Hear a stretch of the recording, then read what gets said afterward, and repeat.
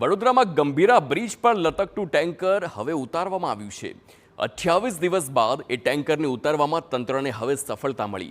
કેબલથી ટેન્કરને ખેંચીને બ્રિજને છેડે લાવવામાં આવ્યું। બ્રિજના છેડે 900 મીટર દૂરથી ઓપરેટ કરાયું હતું ઓપરેશન અને અગાઉ બલૂન ટેકનોલોજીથી ટેન્કરને બ્રિજના ભાગ ઉપર લાવવામાં આવ્યું હતું અને આખરે આજે ટેન્કર જે 28 દિવસથી ઝઝૂમતું હતું બ્રિજ અને નદીની વચ્ચે તે હવે સફળતાપૂર્વક તેનું રેસ્ક્યુ કરી દેવામાં આવ્યું છે અને આખી આ પ્રોસેસ પત્યા બાદ આ ટેન્કર તેના માલિકને પણ પરત આપવામાં આવશે। પરંતુ જે ઓપરેશન હતું તે ખૂબ જ અગત્યનું સાબિત થયું છે કારણ કે આ પ્રકારનું ઓપરેશન કદાચ જ ક્યારેક થયું હોય તે જોવા મળ્યું છે।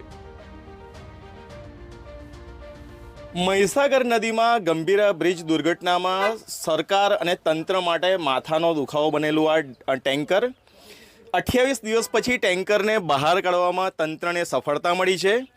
મહત્વની બાબત એ છે કે આ ટેન્કર છેલ્લા 28 દિવસથી પુલના જે તૂટેલો ભાગ છે ત્યાં ફસાઈ ગયું હતું। પોરબંદરની જે રેસ્ક્યુ ટીમ છે તેમના દ્વારા સફળ ઓપરેશન કરીને તેને બહાર કાઢવામાં આવ્યું છે।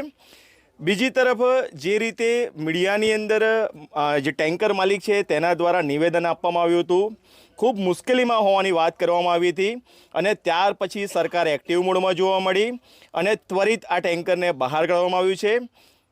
ઘટનાની અંદર મહત્ત્વની બાબત એ પણ છે કે વિશ્વકર્મા જે એજન્સી છે તેના દ્વારા જ આ ટેન્કર છે તેનું રિપેરિંગ કામ પણ અત્યારે કરવામાં આવ્યું છે અને જે ડ્રાઈવર છે અને જે ટેન્કરનો માલિક છે તેને આ ટેન્કર ચાલુ હાલતમાં આપવામાં આવનાર છે અને ત્યાર પછી જે રેસ્ક્યુ ટીમ છે તેમની જે રેસ્ક્યુની કામગીરી છે તેને પૂર્ણ કરી જે અત્યારે કેબલથી લઈને અન્ય સાધન સામગ્રી જે બ્રિજની ઉપર પડેલી છે તેને હટાવવાની કામગીરી પૂર્ણ કરવામાં આવશે અને 30 દિવસના અંતે એટલે લગભગ 10 તારીખે જે તપાસ સમિતિ નિમવામાં આવી છે તેમના દ્વારા સમગ્ર મામલાનો અહેવાલ પણ સરકારને સુપ્રત કરી શકવામાં આવે છે।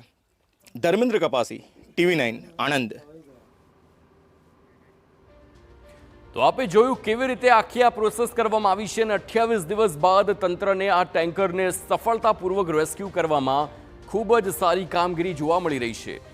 પોરબંદરની વિશ્વકર્મા એજન્સીએ આખું જે ટેન્કર છે તેને સહી સલામત કોઈ પણ નુકસાન વગર આ ટેન્કરને બચાવી લીધું છે અને હવે આ ટેન્કરને સુપરત કરવાની પણ કામગીરી કરવામાં આવશે। આ દ્રશ્યો બીજા જુઓ જેમાં કેવી રીતે આખું જે ટેન્કર છે અડધું લટકતું હાલતમાં 28 દિવસથી રહ્યું।